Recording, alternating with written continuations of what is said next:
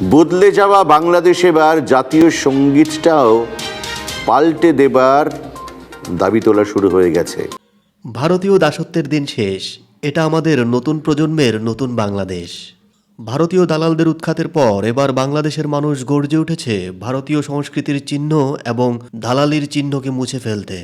নতুন বাংলাদেশের এই নতুন প্রজন্ম এখন কারো ধার করা সংস্কৃতিকে নিয়ে চলতে চায় না, বরং গৌরবের সাথে নিজেদের পরিচিতি নিজেরাই গড়তে চায়। ক্ষমতার পট পরিবর্তনের পর এবার বাংলাদেশের দেশপ্রেমিক জনগোষ্ঠীর একটি বিরাট অংশ আওয়াজ তুলছে জাতীয় সঙ্গীত পরিবর্তনের জন্য। স্বাধীন বাংলাদেশের জাতীয় সঙ্গীত একজন ভারতীয় কবির লেখা। সেই কবি আবার ঐতিহাসিকভাবেই স্বাধীন বাংলার বিরোধিতা করেছিল। এটা অনেক বাংলাদেশেই মানতে পারছে না। স্বাধীন গণতান্ত্রিক এই বাংলাদেশের মানুষ এখন আওয়াজ তুলছে জাতীয় সঙ্গীত পরিবর্তনের জন্য। তবে পশ্চিম বাংলার মিডিয়ার যেন এতে ঘুম হারাম হয়ে গিয়েছে। কোনোভাবেই মেনে নিতে পারছে না বাংলাদেশের জাতীয় সঙ্গীত পরিবর্তনের বিষয়টিকে। বাংলাদেশ ধীরে ধীরে ভারতীয় সংস্কৃতির দাসত্ব থেকেও মুক্ত হতে চাইছে।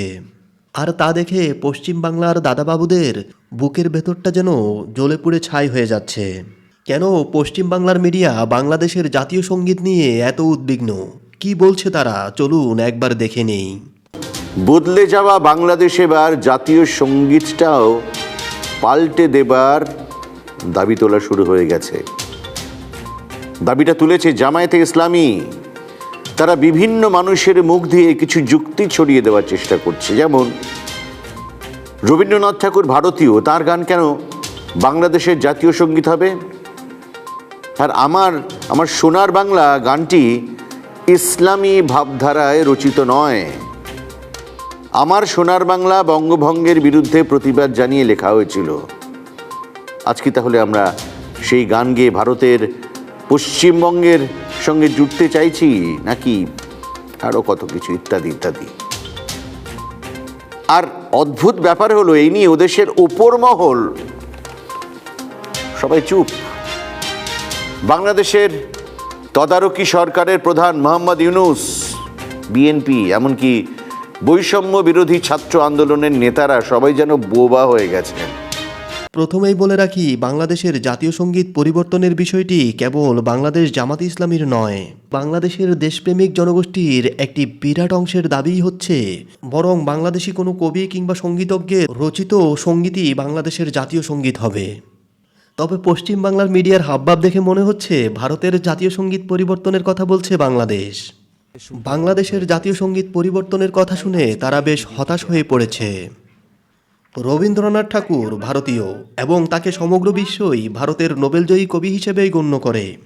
ভারতীয়রা কি স্বাধীন বাংলাদেশের কোনো কবির লেখা কোনো গানকে জাতীয় সঙ্গীত হিসেবে মেনে নেবে? যদি ভারতীয়রা মেনে না নেয়, তবে বাংলাদেশের জাতীয় সঙ্গীত পরিবর্তনের বিষয়টিকে কেন কট্টরপন্থীদের দাবি বলে সমালোচনা করছে তারা? রবীন্দ্রনাথ ঠাকুরের আমার সোনার বাংলা আমি তোমায় ভালোবাসি এই গানটি পরিবর্তনের কোনো দরকার নেই যদি পশ্চিমবঙ্গ, আসাম এবং ত্রিপুরা বাংলাদেশের অংশ হয়ে যায়। রবীন্দ্রনাথ ঠাকুর তার জীবদ্দশায় কোনোদিনই চায়নি বাংলা ভাগ হয়ে যাক, বরং বাংলা ভাগের বিরোধিতা থেকেই তিনি আমার সোনার বাংলা এই গানটি রচনা করেন। পশ্চিমবঙ্গ, আসাম, ত্রিপুরা এই রাজ্যগুলো যদি বাংলাদেশের অংশ হয়ে যায়, তাহলে রবীন্দ্রনাথ ঠাকুরও আর ভারতীয় থাকবেন না, তিনি হয়ে যাবেন স্বাধীন বাংলাদেশের নাগরিক। রবীন্দ্রনাথ ঠাকুর অবিভক্ত বাংলার নাগরিক হয়ে গেলেই কেবল পূর্ণতা পাবে তার এই গানটি। পশ্চিমবঙ্গের লোকেরা এটা কখনোই চাইবে না, তারা চায় বাংলাদেশ তাদের সাংস্কৃতিক গোলামি করুক। রবীন্দ্রনাথ ঠাকুরের প্রতি আমাদের শ্রদ্ধাবোধ এবং ভালোবাসা আছে দেখেই আমরা তার এই গানটি পূর্ণতা পাওয়ার কথা বলছি।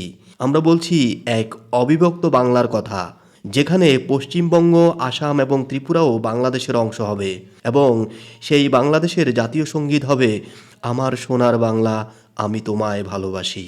পশ্চিমবঙ্গের লোকেরা যেমন বাংলাদেশের অংশ হতে রাজি নয়, ঠিক তেমনি আমরাও স্বাধীন বাংলাদেশে থেকে দিল্লি কিংবা পশ্চিমবঙ্গের গোলামি করতে চাই না, হোক তা সাংস্কৃতিক কিংবা প্রশাসনিক গোলামি। আর সবচেয়ে বড় কথা হচ্ছে, বাংলাদেশের জাতীয় সঙ্গীত কি হবে তা আমরা বাংলাদেশিরাই ঠিক করব, দিল্লি কিংবা পশ্চিমবঙ্গের ভারতীয়রা নয়। দর্শক, আপনি ভারতীয় কিংবা বাংলাদেশি যেই হন না কেন, আপনার গুরুত্বপূর্ণ মতামত অবশ্যই কমেন্ট বক্সে জানিয়ে দিবেন। পারস্পরিক শ্রদ্ধাবোধ রেখেই মন্তব্য করবেন। ধন্যবাদ। আজ এ পর্যন্তই। পরবর্তী ভিডিওতে জাতীয় কোনো ইস্যু নিয়ে আবার কথা হবে।